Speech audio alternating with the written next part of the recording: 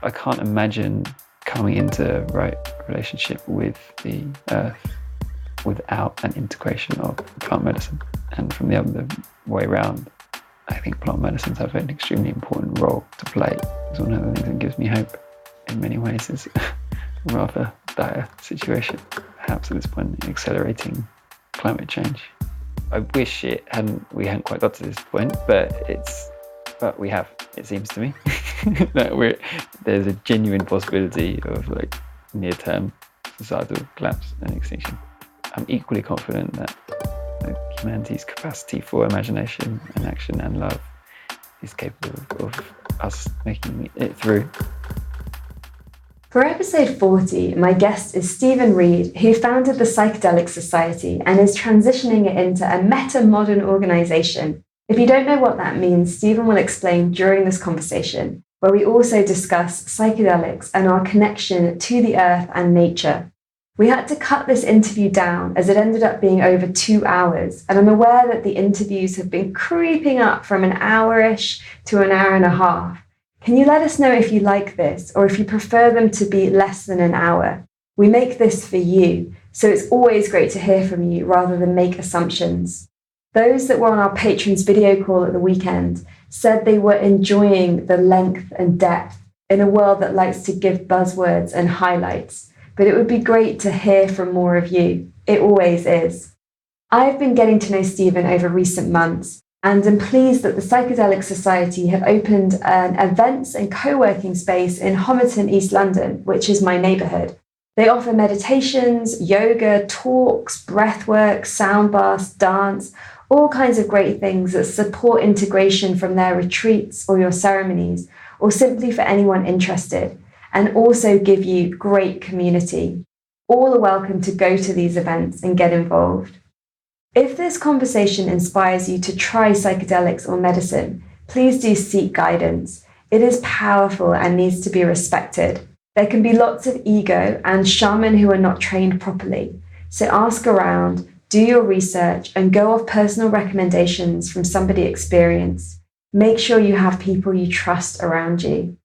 I noticed that during this conversation, I had some fear and shame about sharing my own experiences with this kind of work, which made me feel into how powerful societal conditioning is and the fear of nature and mysticism in this reality that we have created. During this conversation, a lot of grief came up around climate breakdown. I am so aware of this schism in me and in everyone. According to Extinction Rebellion, there is a 1 in 20 chance that humanity will survive extinction as a species. That's intense odds, and so it feels like our lives need to be directed towards something drastic that is solving that. But instead, we see life as usual everywhere. This can leave us feeling a bit like we're going mad, questioning, is this really happening? I ended up having a cry after this conversation and then changing my travel plans. And Stephen, myself, and some other incredible women led a grief ritual after the first Extinction Rebellion Day, which was beautiful. The day was such a force of great energy and togetherness. I ended up saying a few words on Westminster Bridge as we occupied it as a bridge between India and the UK, which you can see on our Facebook page. Extinction Rebellion is going global, and I would very much recommend getting involved. The 2 rebellion days here have involved celebrating our earth and a funeral procession through London for all that has been lost already, including 60% of our wildlife species in my lifetime. Stephen is also growing the Extinction Magic community too, which you can get involved with if you feel drawn. All the links are over on our blog. I hope that you enjoy this episode and that it sparks a seed of hope, connection, and permission in you. Welcome to The Future is Beautiful, with me, your host, Amisha Gadiali. On this show, we explore the weave between politics, spirituality, creativity, and sustainability. It's time for us to move beyond silos and into an integrated way of being. Every one of us has ideas and personal experiences to share that can lead us to a brighter future. This is the revolution. Despite the challenges we face as a global community or the pressures that we meet in our daily lives, when we stop and dare to dream, to ask ourselves the big questions and to share what we are already doing, we create the future that we wish to wake up for. That future is beautiful. Stephen, it is an absolute pleasure to have you on the show. Welcome. Thank you very much. It's a pleasure to be here. I'm curious as to what was the moment where you decided, okay, I'm going to set up the Psychedelic Society. I'm going to make this like such a sort of centre part of my life. It was actually on the plane back from Nowhere Festival in summer 2014. Nowhere Festival is the largest of the European Burning Man events. Much smaller at this point, it's around 2,000 people. And it was my first taste of that world, of this world of co-created festivals. For background, there is a small central organisation that provides simply toilets and medical care. Then everything else at this festival is the responsibility of the participants to bring. There's no lineup, there's no performers. You are the entertainment, but you're also responsible for bringing your own kitchen and cooking for your camp and everything else. And there, although it's by far from perfect, I found just a much more varied and responsible use of all sorts of different psychoactive substances, certainly including psychedelics. And the way they're being used, they're certainly relative to many other festivals I'd attended in the UK, especially the ones I had attended as a teenager, say like Reading Festival, where people, kids are just getting absolutely smashed on alcohol. It's just, it just feels so much better, so much more fun. And the Psychedelic Society was started as a kind of activist project based on this idea of cognitive liberty, that people should be free to alter their consciousness in whichever way they choose, and it's not the business of the state to tell us how we can and can't do that. Because what I saw is that, when the state tries to do that, they drive everyone towards alcohol, nicotine, caffeine, with some really severe consequences. Whereas if you're in an environment where people can make free choices about what substances to use and when, and there's good education and community support around the use of these substances, for a start, it is my experience and suggestion that people generally consume less of everything, and then also choose to use the substances that actually, with greater intention and greater purpose, rather than simply using something because that's the only thing that's there. And then in time, the organisation has evolved to also running events and now also experience retreats in the Netherlands. Is it human nature to need substances? I suppose it's something that we've always been doing if you look through history. Yeah, well, substances, that's a very broad word, isn't it? Yeah. Like food and water are substances. These are things that we take to change our physiology. And I don't know about you, but if I'm hungry and I eat anything, certainly something sugary, but if I eat anything, I'll get a rush. Foods are drugs in this sense. And I think that's quite a useful frame of just, you just extend that frame. There are all kinds of different substances that we can consume which alter our body chemistry and brain chemistry in various ways. Some of those are more potent than others or have more unusual effects than others. But there's really no, black and white distinction between between bread and LSD at some level. Indeed, there are many animals or cases of animals that consume substances, not simply for to nourish, that they're taking things to alter their consciousness in very particular or deliberate ways. Examples that come to mind, I believe, are dolphins that enjoy getting high off pufferfish venom, and foxes that eat Amanita muscaria mushrooms, to name a couple. And I think you can find more.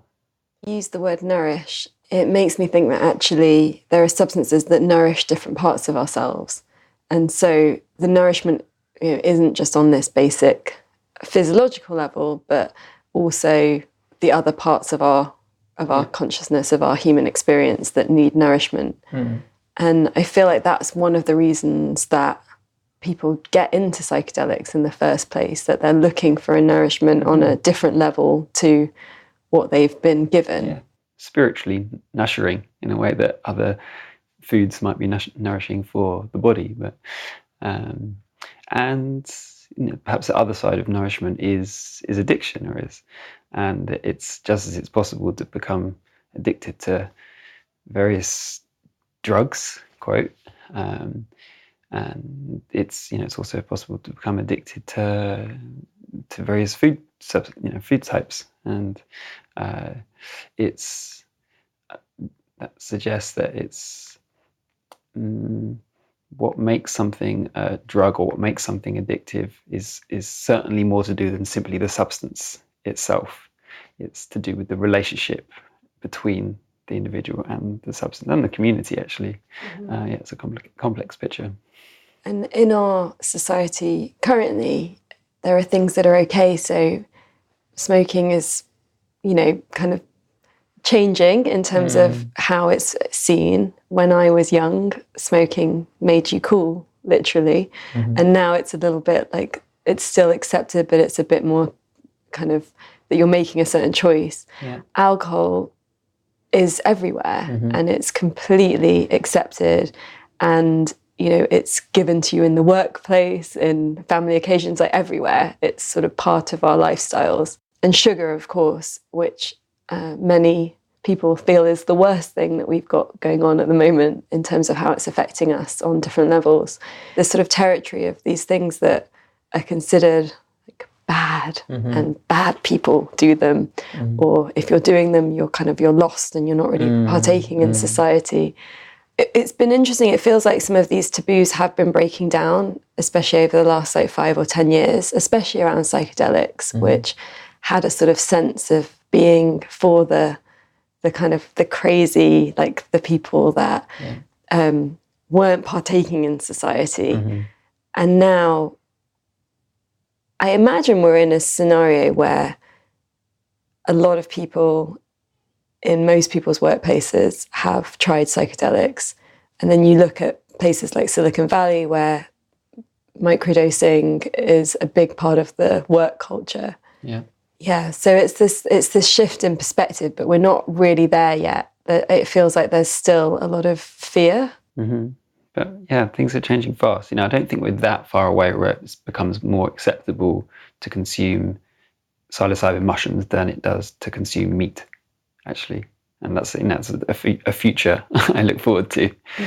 Certainly, if you look at the trends of the rise in people that are choosing vegetarian, vegan diets, and and similarly the rise in people that have an interest or even tried psychedelic substances, and the mushrooms are kind of the most seen as the most benign or most accessible, perhaps because they're still of the earth, and in a way that LSD perhaps isn't. I think it's not. It's maybe not entirely useful to make too black and white distinction between so-called natural and non-natural psychedelics, but nevertheless, that's the situation. And I think you can further argue these things are catalyzing one another, right? That there's a relationship between people that choose to use psychedelic substances and their diet. Certainly, that's been my case. That my diet and my consumption of other psychoactive substances changed, quickly and dramatically following the discovery and use of psychedelics. What is it that you feel that psychedelics have to offer that we can't get elsewhere? Like, why is this a rite of passage almost? The first thing that came to mind is nothing. That actually, I think there's very little, if anything at all, that psychedelics offer uniquely. I think I consider them as part of one tool in a toolbox, or part of a basket of practices that includes meditation, various forms of body work, spending time in the wild, breath work, and many others that can help us connect to something greater than ourselves, give us this this sense of the unity and interconnectedness of all things. think for many people, psychedelics are a very good and useful way of having an experience of this. But yeah, there are other powerful techniques, and then they're not for everybody. So what I think feels right and proper and important is that people do have some legal way of accessing them, and they're free to make the choice whether if they feel called to this particular practice. Some people won't, and that's fine. I love that what you're offering with the retreats is a way of experiencing psychedelics in a safe and held space. Because when I think of my first experiences with psychedelics, that was not the environment, forest parties. Well, likewise, yeah. Yeah, kind of in the dark, big sound systems, like everything being a bit crazy, and it would take me I didn't understand my sensitivity then, and now that sensitivity has sort of led me into being able to work on certain levels and kind of understand the world in a certain way. But at that stage, I found that it would just sort of take me into these like realms and dimensions that would take a few days to come back from. I feel like it would have been so nice to have had a safer way of doing that, a safer way of exploring. Yeah, I mean, I'm almost certain that the way most people, certainly in the UK, experience psychedelics the first time each year is at a party or a festival. And I would never tell someone not to do that, because my first psychedelic experience was at a festival and it was amazing and led me down this path. Yet it's clear to me with a bit more experience that in many ways these are far from optimal environments for these kinds of experience. And yeah, indeed that's why we started the psychedelic experience retreats. They now happen over 4 days in the Netherlands, in large houses in the countryside outside of Amsterdam. It's groups of 15 participants and 3 trained facilitators. And we arrive at the venue on the Friday afternoon. There's a trip with psilocybin truffles that are a type of magic mushroom that's legal in the Netherlands on the Saturday daytime. Sunday is a full day of rest and integration, and then we head back to Amsterdam on the Monday. And the majority of people, for the majority of people, it's their first time taking any psychedelic substance. It's intended to be a safe and accessible way into this world. Gentle in some ways, but but not in others, because we do encourage people to take as high a dose as they dare. We explain to people we're helping. We'd like to help them have this so-called mystical, spiritual type experience, and that the likelihood of people having this kind of profound experience, as opposed to just things got a bit wavy and colourful, increases with the dose. So that's why we say, people have often applied months before, they've spent a fair bit of money on the retreat and getting over to the Netherlands. So we say, you're probably not going to have a better opportunity, a safer opportunity to go deep with this substance anytime soon, at least. So go for it. And people do, and have some very profound experiences. What is it that you find that people are getting from these retreats? Why do they come? Why do they come? Well, we say that the retreats are aimed at people in good physical and mental health wanting to explore the nature of reality and the mind, and they're not intended as a substitute for medical or psychotherapeutic care. Thank you for the disclaimer. Yes, we are. We are not trained therapists or medical practitioners. We make that totally clear. That said, many people do subsequently feel they've obtained some therapeutic benefit, some form of healing from the experience, but that isn't what the kind of headline of this is. We're not setting out to heal people and claiming that we can do that. If people have those kind of experiences, then great. And the thing with psychedelics is that it's, in contrast to our understanding of most other medical drugs, where we think it's the drug that's doing the work. You have a bacterial infection, you take antibiotics, and the drug destroys the bacteria and you get better. But with psychedelics, it's more complicated. It's you can give two people the same dose of a substance, and if for whatever reason, maybe they're in different settings, one person has this so-called mystical spiritual type experience and the other doesn't, it's the person that's had that particular mystical experience that will experience the various benefits and ongoing benefits in a way that the person that didn't have that experience won't. It's not as simple as, take the drug and take the benefits. It's that take the drug, then if you have a particular kind of experience, then you'll obtain these longer term benefits. And what is the nature of this mystical spiritual type experience? Well, there's actually has a sixfold criteria: a sense of unity and interconnectedness, a sense of sacredness, a sense of uncovering some deeper truth about reality, a sense of peace and joy, a sense of transcending time and space, and finally a sense of ineffability, the inability to adequately describe the experience in words. So if someone has experiences a number of those in a profound way, then we'd say they have had a mystical spiritual type experience. And one of the things that's correlated with people having this experience is an increase in the personality domain of openness in a significant and sustained way. And openness is one of, in the Big Five model of personality, is one of the sort of key personality domains. It's very, very difficult to find any practice that can shift people's base personality types after the age of around 30. Mm-hmm. And psychedelics are really remarkable, and they can do this, and they do it in a very particular way. They leave four of the domains relatively, intact, but increase openness, which is a trait correlated with tolerance, with creativity, anti-correlated with authoritarian behavior.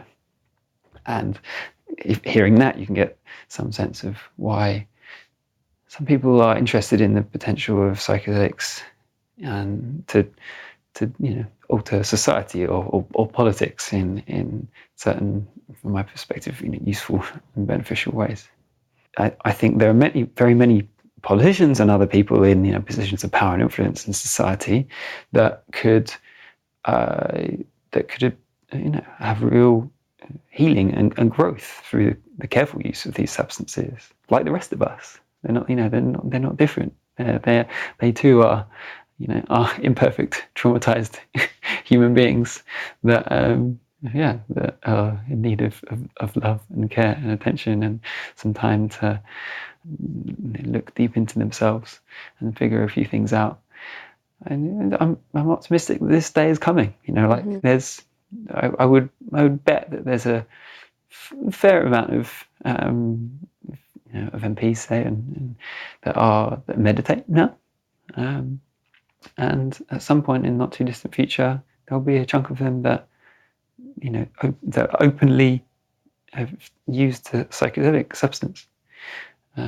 Probably, even before that, will be cannabis. There'll be there's at least a couple of MPs that are very vocal about cannabis legalization, and I would be very surprised if they weren't already using cannabis. I'm that they can't come soon enough, from my perspective. What are the other three ways that it can change the way that our brain works? So openness and tolerance. You said there were four. Openness is one of five personality traits in the so-called Big Five or ocean model of personality. So the five personality traits are openness, conscientiousness, extroversion, agreeableness, and neuroticism. Now, it's not obvious to me a priori how a psychedelic experience would change those five personality types, because you might think, for example, you take a psychedelic and you become more extrovert. But the research that's been done, it's only been done over the past 10 years, which just shows that some of the amazing new stuff that is going on in the field of psychedelic science, that no, it leaves four of those intact, and the only one it produces significant and sustained changes in is openness, which is a trait correlated with a whole bunch of stuff, but I say notably, tolerance and creativity. So can I ask you a question, Amisha? Yeah, okay. have you used any of these psychedelics or plant medicines, and how do you think they've changed you as a person? How have they affected your personality structure? Yeah, it's an interesting question because it's been about 2 years now since I haven't touched anything. And the reason for making that decision was actually the medicines and the psychedelics themselves told me not to. Like, you're done. I have a sort of, I like to play with stopping things that I'm really enjoying as a kind of way of life. So it sounds a little bit perverse, but if I feel like I'm getting reliant or something is becoming too central, I like to see what it's like to take that out. The experiences that I had were always very, very strong, very mystical, beautiful, and always dark as well. Like they would sort of go between both. And so I would have to learn how to be really personally responsible in navigating those experiences. So I think that I learned a lot of tools there for life of how to kind of pull yourself out of certain experiences, but also how to accept and patiently wait out other experiences. My experience of kind of taking it in those scenarios was always a mixture. Like I kind of definitely relate to the qualities that you're saying, that those things opened up in me. But then there was definitely always a sense of trauma with it as well, of like, whoa, and then having to try and make sense of that. I don't feel like I had people around me that were having similar experiences, which made it more challenging. So I would be with a group of friends and their experience just seemed like a bit shorter and a bit less intense.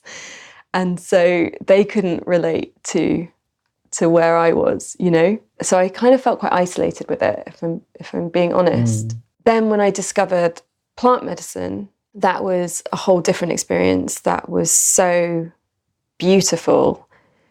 Because one of the things that I struggled with was that I was always having profound spiritual experiences before, without psychedelics. Like they would happen to me a lot, but I had a big wall of like not wanting to believe them or resisting them, or some just conditioning that I had around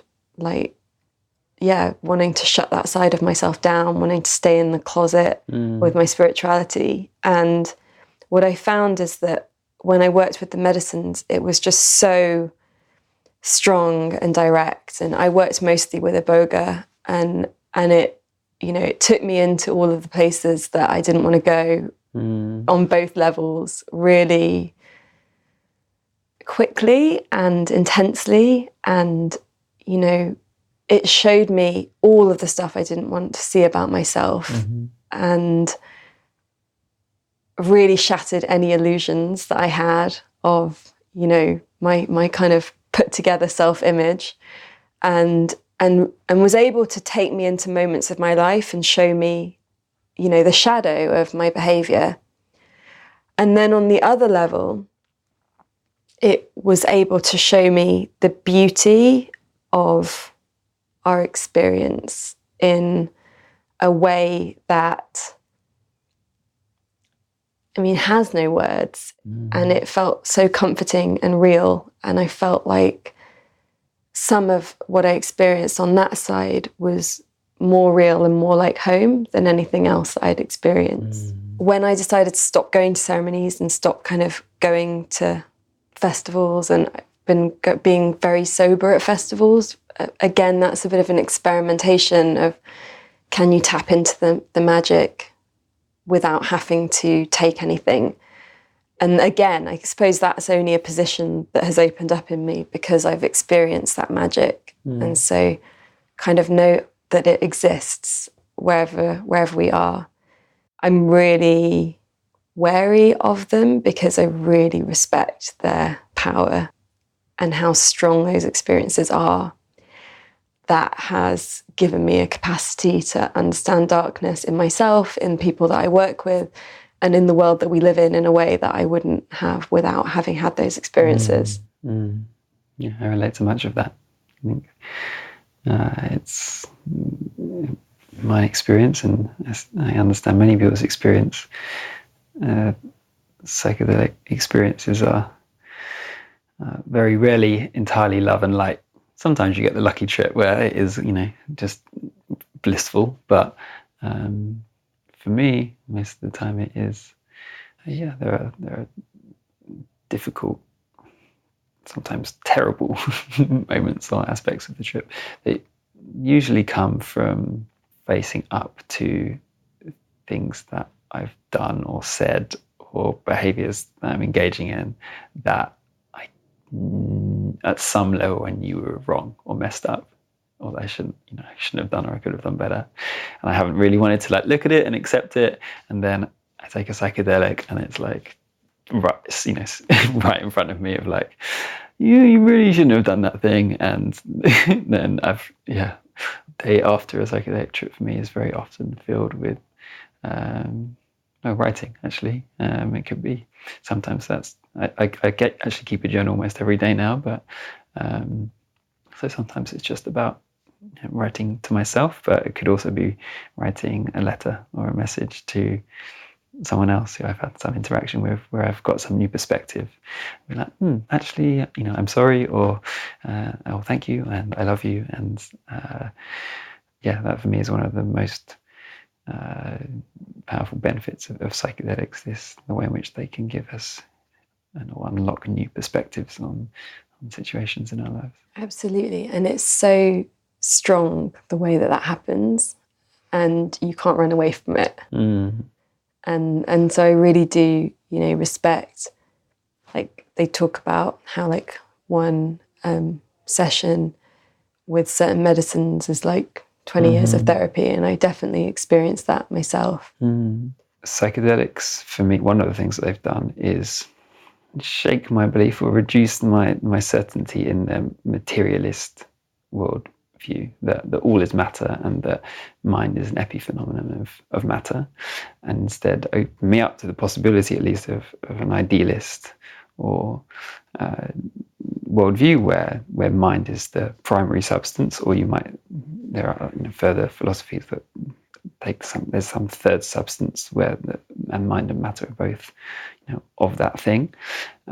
But I'm certainly open now to the possibility of mind influencing matter in ways that we don't currently understand or don't have the science to explain.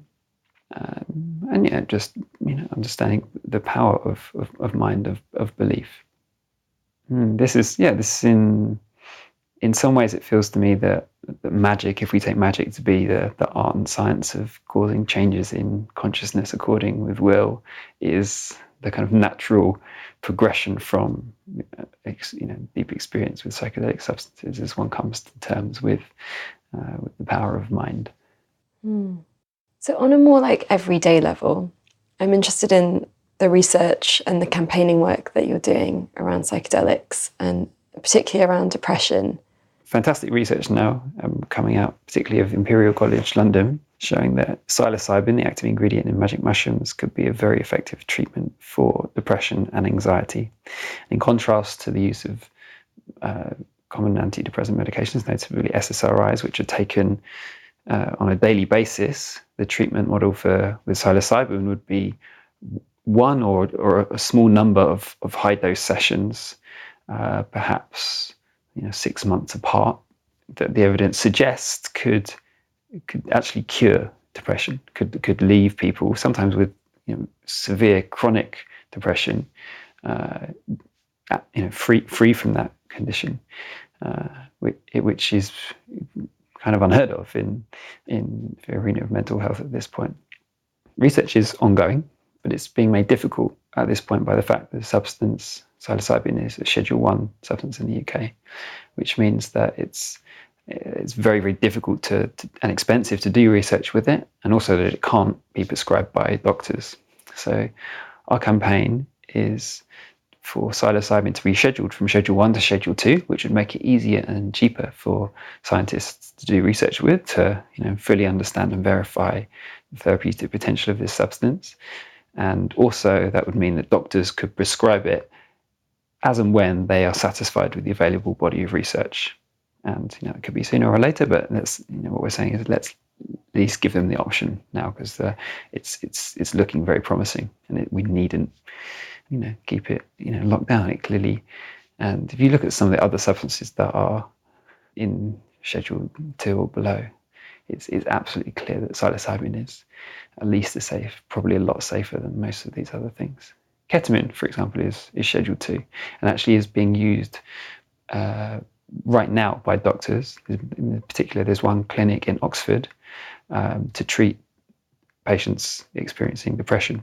Mm-hmm. Actually, even and in an acute sense, in a short-term way, ketamine seems even more effective than psilocybin at relieving the symptoms of depression. You can basically guarantee that people would have at least a week up to a couple of weeks symptom-free. Unfortunately, then it does return. It doesn't seem to have the kind of prolonged benefit that psilocybin might have.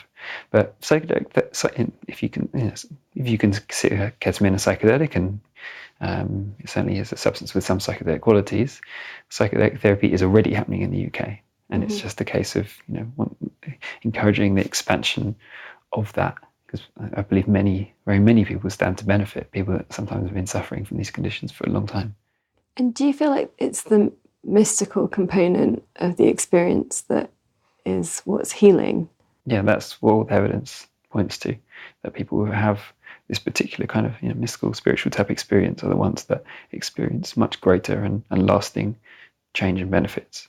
And if people don't, for whatever reason, have that experience, then the benefits are not nearly so important. Wow, it's really interesting to have that kind of spelt out in the terms of scientific research, because there can be such a resistance to spirituality, even in our circles where kind of everyone is spiritually quite open. Still, the word, or you just go like just a tiny bit outside of that circle, and the word starts to kind of make people feel uncomfortable, which is a really bizarre situation that we've got ourselves into as humans, to be scared of that part of ourselves that offers so much richness. I actually think that the way in which psychedelics are currently being used or explored in the medical setting can and will be improved upon. I think in many ways, the current model of inviting patients to take psilocybin in, a basement room of a hospital that's maybe had a nice lamp and a tapestry put up, but it's still a hospital room, is far from the optimal environment. And that if and when research starts taking place, comparing that setting to people being able to take maybe not even just chemical psilocybin, which is what they're using at the moment, comparing it to people actually taking mushrooms, maybe mushrooms they've grown themselves out in nature, then I'm confident we'll see even more profound benefits. We're really at the very early days. But yeah, it's still very exciting to know that these treatments are now basically in inevitability. Like both MDMA and psilocybin have been granted breakthrough therapy status by the FDA, the Federal Drugs Administration in the United States, and are very likely will both be available for prescription as a psychotherapeutic aid at least by 2021 in the United States. And massive. That's massive. And the European Medicines Agency will very likely follow the lead of the FDA on this. So we're just a number of years away from these substances, so long and so often demonized, being recognized as powerful medicines when used in the right way. And we need them. It feels they are being used to help people heal from trauma. That's the key way in which these substances are being used. And I look around and I see a lot of traumatized people in society. I don't exclude myself from that. Absolutely. I feel like we're all traumatized. Yeah, to varying degrees, of course. And you can argue actually that simply, one of the major benefits of psychedelic therapy coming into the mainstream would simply be to open up the discussion around trauma. And it might be actually, psychedelics are not the best way or the appropriate way for everyone to deal with that trauma, but at least if we can start talking about this in a more open way. Not so long ago, I read a book called The Body Keeps the Score by a psychiatrist of 30, 40 years experience who's been working in the field since even before PTSD was recognised as a treatable condition. And we're now at the point where that and other similar conditions are treated through pharmaceutical drugs, SSRIs and other tranquilizing substances, which mostly seek to simply keep the symptoms under wraps, to push them away, and don't really get to the root cause of the trauma. Psychedelics are now one of the techniques that we're understanding can be useful for actually getting down to those root causes, but there are others, and this book makes the case that trauma very often is stored in the body and can be released through working with the body. It's not to say that talking therapies or psychedelics don't have their place. Clearly they do for many people, but that these things can be made even more effective by body work and other exercises that have some somatic physical component, including yoga.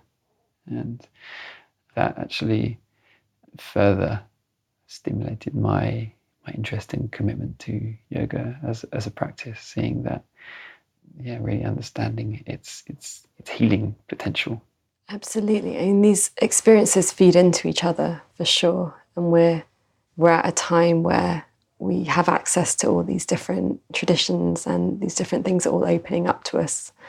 It has to be, for real healing, we have to be working on our body and our mind and our spirit kind of together. Mm-hmm. I find that if you have had an experience on a psychedelic, it maybe opens up more easily your ability to go deeper in some of the other modalities, or likewise the opposite way. If you've practiced yoga or meditation for many, many years and you have developed a certain technique and understanding, then if you were then to have an experience with a psychedelic, it would give you tools in order to navigate that.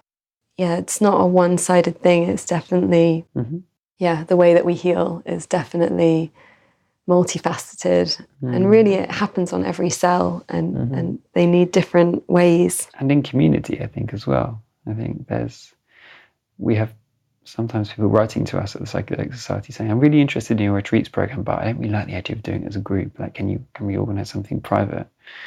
And from time to time we do offer private retreats, but most of the time the response is, just give it a go. And we consistently get feedback from people saying, the experience of doing that in a group, or just simply going on a profound journey with a group of mostly strangers, was as important as the psychedelic trip in many ways. Yeah, absolutely. And I'm convinced of the power of engaging in these practices, psychedelics and meditation and yoga and otherwise, as part of community sangha. Yeah, absolutely. And part of it is the experience that you have of realizing that you're not alone with the way that your mind works or the issues that you've faced in your life. And so whether it's in a psychedelic experience, a ceremony, a retreat, a yoga retreat, the power of circles, of people sharing together and of getting a bit closer to someone else's truth and authenticity than we do in our day-to-day lives. Depending on what your day-to-day life is like. Mine now is mostly people coming with their truth and being able to share. But I know that was something I used to find difficult about the world before, was that I'm fine. And I was like, why is everyone fine? I'm not fine. And so having that experience of getting people that you can discuss and share the real highs and lows of life and of our experiences with really make us feel less alone and part of something together. That's a major area for the Psychedelic Society. Of course, we run regular events in both London and Bristol to build the psychedelic community, to help people connect with other people that are interested in these kinds of practices, and to assist in integration or preparation and integration of these experiences. I've made many great friends through the Psychedelic Society for sure, and I think many other people have. And actually the events are what came first. We didn't start running the retreats until after we had already established this community. Felt the right way around to do things, because it answers the question. So you've had this deep experience over 4 days, like, what now? And our answer is, get involved. Come to our meditation classes, or our sound baths, and our dances and our talks and whatever else, and work out what this experience means for you and where you want to go next in the context of community and being around others, rather than feeling like you need to do it all yourself. Absolutely, and only by understanding each other's personal trauma and personal stories can we get into another place with society and sort of understanding what's actually going on. And I know that for you do a lot of work that's not about personal healing and these spaces that you're holding, but is actually about society and all of the issues that we're facing. Can you explain metamodernity to us? So I know this is a big influence in the way that you... Metamodern thought, or metamodernism, yeah. So this is, in some ways, an updated version of integral theory, which was pioneered by a chap called Ken Wilber in the early 80s. I think it's really when he got going on it. It posits that human cultural development occurs in a series of relatively discrete stages, that across much of the West we're in the cultural phase of postmodernism, and that there is something beyond that. And this cultural phase beyond postmodernism is labelled metamodernism. The thinkers in this field suggest that a metamodern society would be one that is healthier and happier, that a metamodern world is a place that we'd all rather live. One of the ways into talking about this is to talk about how it relates to organizations and organizational forms. And this is described in the book Reinventing Organizations, which is based on a similar kind of theory. Different stages of development are sometimes given different colour labels. And at each of these stages of development, given a colour, there's an organisational form that we can make a certain analogy to. So the so-called red stage of development, the type of organisations that function at this stage are maybe mafias or street gangs. They're like very hierarchical, and the hierarchy's based on violence and brute strength. You then have amber stage of development, and the organisations that we might associate with this stage are the army or the Catholic Church. Still very hierarchical and pretty ruthless in many ways, but there's some element in which violence is not the sole determinant of how that hierarchy is formed. Orange stage, or in the language of metamodernism, the modern phase of development, organizational form here is the corporation. And so you could argue most companies are at this phase of development. Most employees are working for orange organizations. So again, strong hierarchies. The analogy here is organization as machine. Machines can be very, very efficient, play very many important roles in our society. One of the consequences, though, is that people often get left as feeling like cogs in a machine, that their value, their humanity has been reduced to just doing a particular task, often day in, day out, and there's very little creative input. They're not really recognized, their humanity is not recognized in its fullness.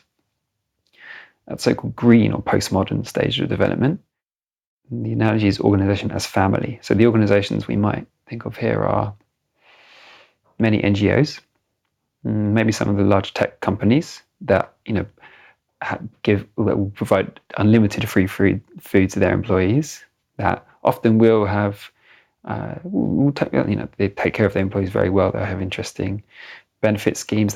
Some companies may even allow their employees to take as much holiday as they want. There'll be away days where they can have meaningful input into organizational processes. And this is mostly done because these companies recognize this is, if you keep your employees happy, that's the way in which they can be most productive, most creative. And there are still hierarchies. There's still, Google, Facebook, Greenpeace, they still have a CEO. And whilst they're interested in keeping their employees down the chain happy, there's not that much changed from so-called orange or organizations, corporations in terms of structure and ownership. Then finally you get to the so-called teal or metamodern stage of development. The analogy we make here is organization as living system. And the kind of living systems that some of the most striking examples are flocks of birds or shoals of fish. In these systems, there is no leader. They are the so-called complex systems. These teal or metamodern organizations similarly have no hierarchy within them. They're based on 3 core principles: self-management, that is no hierarchy, but neither is it necessary to achieve consensus on all decisions all of the time. That instead there's an advice process based essentially on mindfulness, of people being emotionally intelligent enough to think, who's this decision, or who's this decision going to affect, and in what ways, and who has expertise in this area, who should I talk to before taking this decision? But fundamentally, anyone can take any decision on behalf of the company, and there's no one that they have to ask, but people choose to ask because they understand that it's the right thing to do and a good thing to do. Self-management. Wholeness. In teal organizations, metamodern organizations, people are encouraged to bring their whole human selves to work. There's no separate, there's no that's not appropriate for work, leave it at the door. It's like, we understand that anything that's going on in personal lives affects how we work, whether we want to work. And that's recognized and celebrated, and nothing is out of bounds. Finally, evolutionary purpose. That, in contrast, rather than having a fixed statement of this is what the organization is for, in a green organization perhaps, or just simply the assumption in an orange frame that we exist to maximize profit, to make as much money as we possibly can, in teal metamodern organizations, the point of the organization is constantly under review and is determined by the people that make it up. What it will be for will be determined by a sense of inner rightness and dialogue on behalf of the people that make up the organization. So that's one way which I like to explain it in the context of organization. But you can, this frame goes broader than simply organizational forms. You can apply it to all these ideas. You can apply these ideas in many different areas of society. For me, perhaps fundamentally, it's a philosophy of unity, of interconnectedness, of empowerment, and of recognizing development, that it's possible for human beings, for cultures to develop in some important ways. We don't question that in some meaningful sense a 7-year-old is more developed than a baby, or that a teenager is more developed than a 7-year-old, that they increase in their babies learn to walk and children learn to speak, and then teenagers actually start learning about the world and being able to create narratives about what they see going on around them. Yet we get to the curious point when around age 18, where people become adults, where it kind of becomes a bit taboo to talk about people continuing to develop. It's just like, okay, we're all adults now.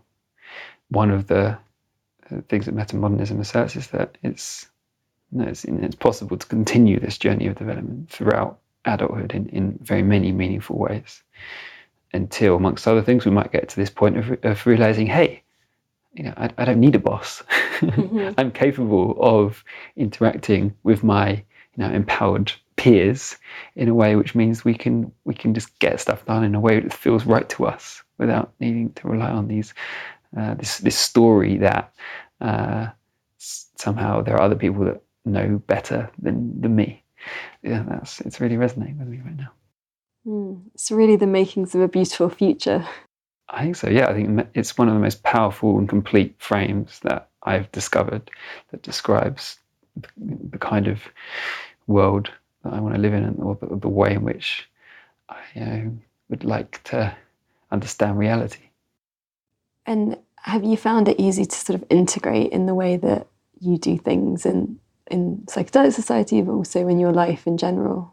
I think it helped that I have actually studied complexity sciences, had the kind of some of the theoretical piece in place, but also helpful that I had experience with psychedelic substances and other related practices, and so I've had some experiences of unity and interconnectedness.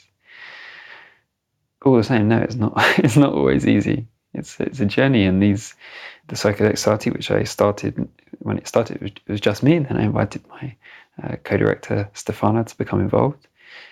We're now 13 people, and over the last 6 months, we've made this decision that we're going to try and work in a teal fashion, where there is now no longer any hierarchy within the organisation, or at least no longer any formal hierarchy. And we have to, it's obviously very important to recognise that there can still be hierarchies of other sorts, informal hierarchies of relating to various power dynamics in society, or even like potentially desirable hierarchies based on expertise, and that there's no piece of paper that says this person's in charge and you've got to listen to what they say. If people listening to someone, it's because they want to listen to them, and they value their advice. And it's a wonderful experiment, and to me it feels like the real work, that psychedelics have somehow led us to this point of saying, okay, now prove it. now show that the experiences that you've learned in these trips and out there in these other dimensions can be integrated and can be made meaningful in the context of the day-to-day. And there's a growing movement of organizations attempting to work in these new ways. I've just joined a network called Inspiral, which is based in New Zealand, which is a network of both organizations and individuals that are pioneering this kind of working. And what's interesting about that is that it's developed totally across the other side of the world with no knowledge of metamodern thought, certainly. And when an idea is popping up in different parts of the world, evolved independently, I guess, simply from some sort of broader kind of geopolitical or cultural contexts, that's often a sign that there's something important going on. And I'm confident that we will see continued growth in self-managed and cooperative forms of organisation over the coming years. Absolutely, because some of it is just happening anyway without anyone having any idea that there's a theory that is holding it. Yeah. So I feel like the rise of us as human beings is something that's very present in the world right now, that we don't want to be compartmentalized in the way that we used to be expected to be. That we want to be able to bring our ideas in and find new ways of doing things, and we want to be able to share our different parts of our personality and not feel like we have to present in a certain way. These elements feel quite natural, like they're evolving. There's a lot of talk about listening more to women or to younger people or to each other, actually, just in general. You talking about how you feel like it's really important that everyone's doing podcasts, that everyone's having conversations out loud and sharing, kind of taking away that hierarchy of this person knows something and everyone else doesn't. One of the reasons to have these conversations is that everyone listening has an experience of being in the conversation, even if they're not. For me, it's not about people like learning in a sort of top-down way. It's more about just like opening, giving permission to. And the whole point of this project, when it started, was this idea that every single one of us is creating the world that we live in, and therefore the future, by how we spend our time, money and energy. And there isn't really one action that isn't creating that story and that world in which we live in. And us being able to understand that, not as a place where it's like, oh, this responsibility, and it's sort of like in a really heavy way, but in that opportunity of what our creativity has to offer, what our own story has to offer, what our own way of seeing the world has to offer. Yeah, I think this recognition that everyone's carrying a piece of the puzzle. To truly have solidarity with someone, you have to show solidarity with their perspective is very important. The way in which society, politics is polarized, exacerbated by the kind of bubble effect of social media, is of great significance and great challenge to finding a way forward. In some senses, this feels just this is the easy part, this is the beginning for both of us to be running podcasts, speaking to people who we generally kind of agree with and like. And maybe that will get on to us speaking to people that we find really very challenging to be around and have conversations with. Yet ending up still recognizing each other's humanity, and that they, for me, I suspect the vast majority of the time, if not always, people do have a deep desire to make the world a better place, and just have sometimes very different ideas about what the best way of doing that is, and what a better place means, and that, yeah. Hello, this is Amisha. We are just taking a little break from the conversation here.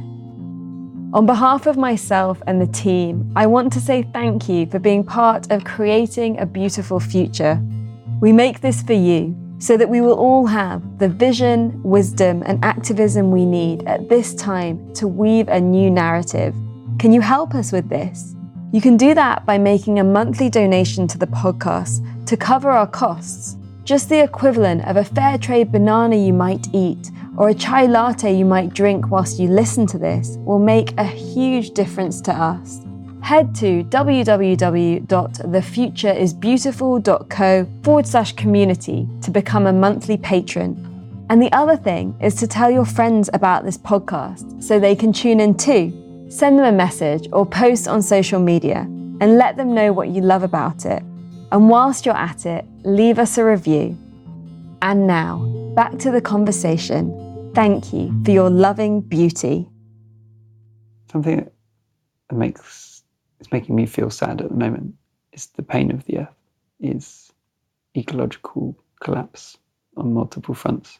That sense of grief and sadness, which I believe many people share at some point over the impact humans are having on the natural world.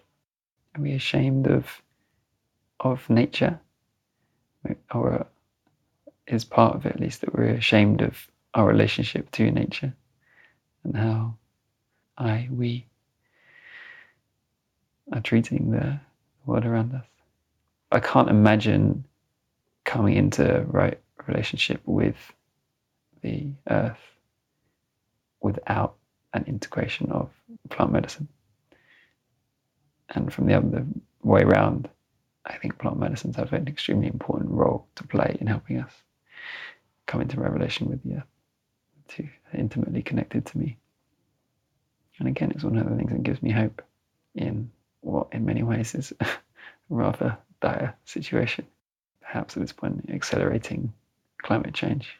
Anything that connects us deeper to ourselves, to the earth, to a deeper sense of reality beyond what we're given, is only going to help us to heal, help us to make different choices going forward, and help us to have the resilience in order to really rise up in this moment that we find ourselves in. One of the reasons I've been struck by the Extinction rebellion movement is that I know many of the people involved have played kind of organising roles so far, people that have a relationship with plant medicines. And it's they offer the kind of depth, strength, understanding as what was necessary almost to deal with something as just mind-blowing and overwhelming as extinction and the genuine possibility of humanity not existing anymore. It's like you can imagine many people's attitude to hearing that is at least a temptation just to totally switch off and think, I'm not listening to this. This is just too big. Yeah. I'm optimistic that movements like this at this time, at the very least, are planting important seeds in people's minds. And for some people it takes a little longer, and then maybe they need to go on their own journey with some of the practices we've talked about before they feel ready to really take on a problem of this magnitude and grief. Yeah. And incidentally, I don't think I'm anywhere near to like fully integrating it myself and understanding really what that means, what it would feel, what it feels like. At the first protest that I attended in Parliament Square, most of what we did was sing, call and response singing. Mm-hmm. It was mostly led by women. They made space for people of different faiths. Several children spoke. People were not afraid to use the language of the sacred.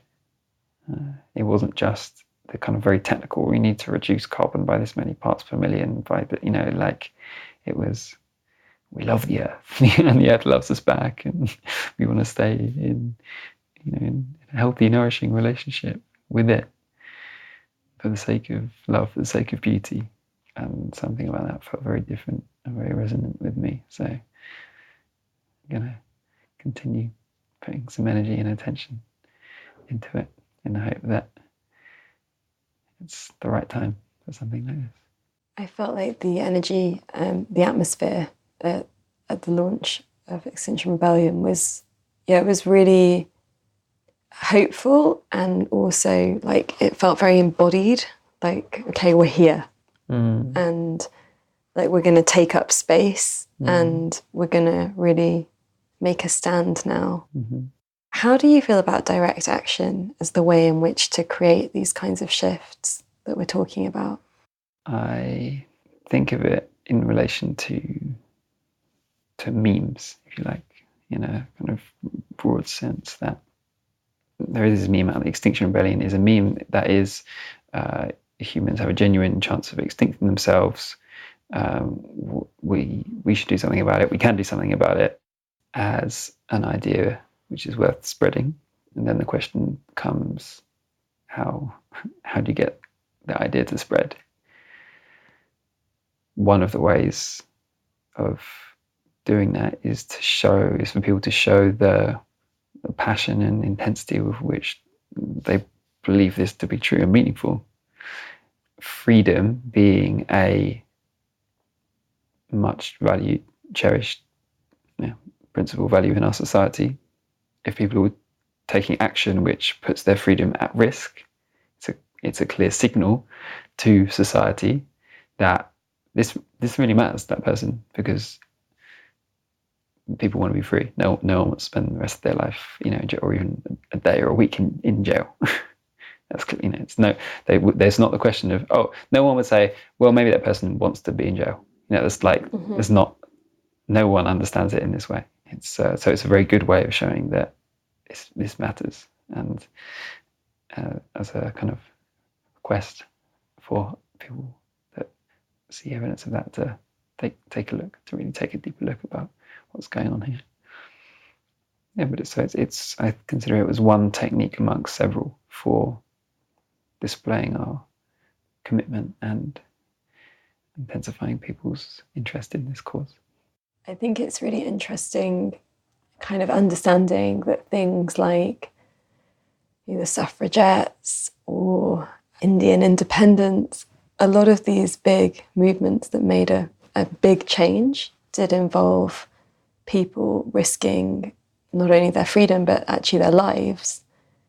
I feel like our generation almost felt like they were outside of that growing up, that world wars and conscription to fight, these things were a thing of the past, that wasn't something that we were going to have to do. Mm-hmm. And, we've all just been getting a bit comfortable, right? Mm-hmm. How much I am the chain myself to the front of something kind of person. I don't know. I feel like what we're coming up against as a species requires activism in so many different ways. And I feel like we all have to find the way that feels like it's making the best use of our skills, of our energy, of our ways of seeing the world, of our purpose. Yeah. I, for a while, had felt like protesting wasn't quite like I've been to many protests. Yeah, I haven't found that to be like my crowd, my community, my way. I think at this stage, I feel like everything's open for reconsideration. I don't know. For a while, I've been really going down but I was always very like hands-on activist in terms of being part of pioneering movements around the way that we do things in industries, in our lifestyles. I'm wondering if that really does what we need it to do. I've been exploring how shifting consciousness creates the framework that we need for a shift. I'm exploring whether that's true, or I guess with everything there's the paradox built inside them, or the limits. So I don't know. I feel like I'm sitting here, the most recent episodes of the podcast, I'm meant to be in California today, which is burning right now in a way that really is beyond class, privilege, any of the so-called safeties of our society. Everyone's breathing the same toxic air at this point, yeah. Everyone's breathing the same air. And it is interesting that often these disasters affect the most vulnerable people in society more. And we've got a situation where a whole load of Hollywood mansions have burnt down. I mean, of course, it does affect them less because they will be able to physically rebuild much more easily than some of the other people are going to be in battles with insurance companies and unhoused for how long, we don't know. I think that the stakes are changing quite dramatically, quite quickly. And so I don't know where I don't know where my role is in that right now. What came to mind is that very probably people have different strengths and weaknesses and things that they feel more or less called to, but that there's also some sense in which we could all be involved in everything. Yeah. It's not necessary to say, well, my thing is, I'm following a vegan diet and encouraging others to follow it. Or my thing is I'm teaching meditation. Like, maybe the magnitude of the situation is such that we all need to do all of it right now. And that actually all of these things become easier, dare I say, even like more fun, the more of us that do them all. And the more we break down these barriers between these different domains of change. I will be going to the Extinction Rebellion, seeing it as a ritual, as a ceremony, more than a protest.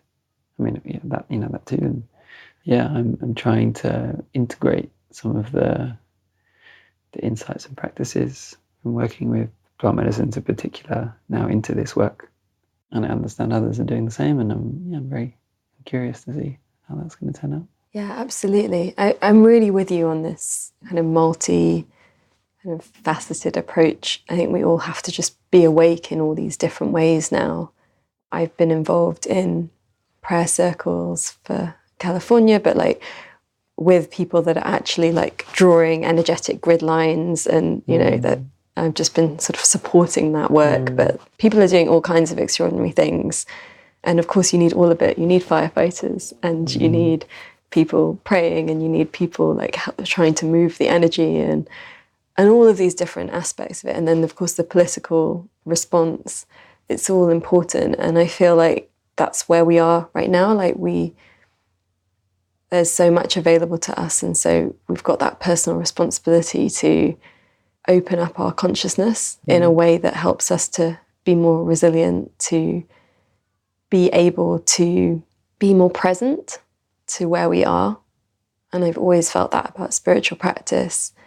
It's not about creating a bliss bubble. It's really about being able to show up for ourselves and for those around us and the times that we live in So I think this relationship between like the inner and the outer is so key. Even just with this podcast, on one level, it's about opening up new ideas, new ways of looking at things. Yeah, for sure. It's also about going out and doing stuff, and whether it's the really simple things in your local community or whether it's the big ideas. But we can't all do everything all the time. It's managing that. And I think that's where I feel really confused, actually, because how do we, on one hand, really show up for what's happening in the world right now? You know, this possibility of extinction that's pretty close. And then there's many other things that are also things to be wary of, things to be aware of. And then on the other side, it's like all of the time and attention that it takes to feed yourself 2 or 3 meals a day and to look after family members and to earn enough money to pay for things. Sometimes I just feel like these two things are happening on. To know what I need to do on one side kind of means not doing the things that I need to do on the other side. And I guess I struggle sometimes with how to interlace those two things. And I feel like that's part of the problem that we're in, that we want to and need to some extent, continue to feed and clothe and educate our kids and kind of keep those things all going, whilst also doing all this other work. Maybe I'm having an existential crisis today. I'm enjoying it. No, I mean, I'm enjoying this conversation, not your existential crisis. I actually think I am having a bit of one, actually, because I chose not to go to California. I chose not to put myself now into that environment. I'm choosing to go and focus on a piece of work that feels quite important. And it is important, but it doesn't, I don't know. I have guilt issues with not showing up enough for the world, even though I have often put that before my own basic kind of things. Charles Eisenstein writes on this very well. And I think you've interviewed him in the past, I have, right? yeah. Fundamentally, it's about the intention, the motivation, the energy with which we do things.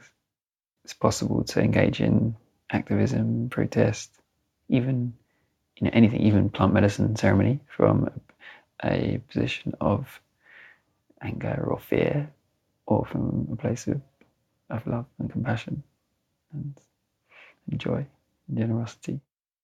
It's actually those, as far as I can tell, it's those motivations, those deeper values, virtues that are the most important thing to live by, and that may very well best be expressed on a given day through taking care of a sick relative, or through helping out one's local school, or through a million other seemingly normal things.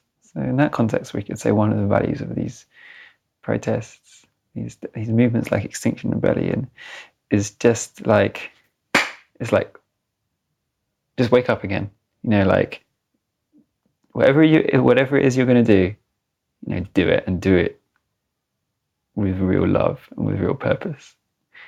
And if you're feeling a little bit like you're not, for whatever reason, not able to express that in the things that you're doing right now, give this a go instead. And maybe by being in Parliament Square, you'll be invigorated with that spirit of compassion, and then take it into other areas of your life. I do see this podcast and your work as a work of great compassion, that you're motivated in some important ways to create a more beautiful future. The clue's in the name. And so thank you for doing this, and for continuing to do this, and showing yourself in this real and vulnerable way. And perhaps we will be able to inspire others to become truly present and aware with their actions. Thank you for that reflection. I'm still going to take a long haul flight this week. I'm like, Oh, and put yourself into the midst of it. Oh no. And take some time to continue your important work. Yeah, I'm going to take a long haul flight. I'm going to go somewhere else. I'm going to work on my book. Yeah, I feel torn most of the time. Like, if I focus on that, I mean, I think the key is not to focus on that and to tune in to your intentions and to right action and to still be part of the world that we're part of.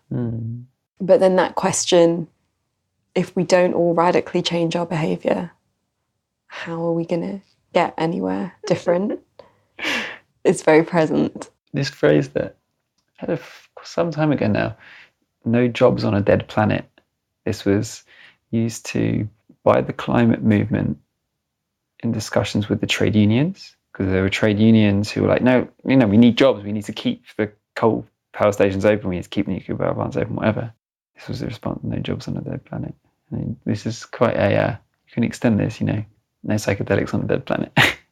No meditation on a dead planet, you name it. It's just I wish we hadn't quite got to this point, but we have. It seems to me that there's a genuine possibility of like near-term societal collapse and extinction.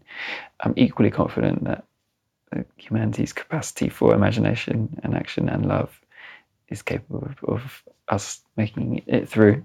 But I feel a responsibility to take it seriously once more, because I feel that I was involved in the climate movement 7-8 years ago, and I feel like I've been on this journey into, quite literally into the Amazon rainforest and back again.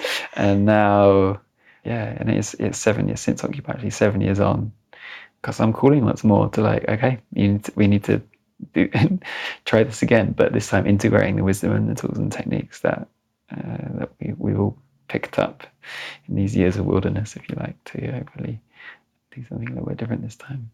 Thank you. Yeah, thank you. Thank you. I'm going to be travelling for much of the next 6 months. Perhaps worse than that, I'm also responsible for other people booking flights and travelling across the world. What motivation are you doing this?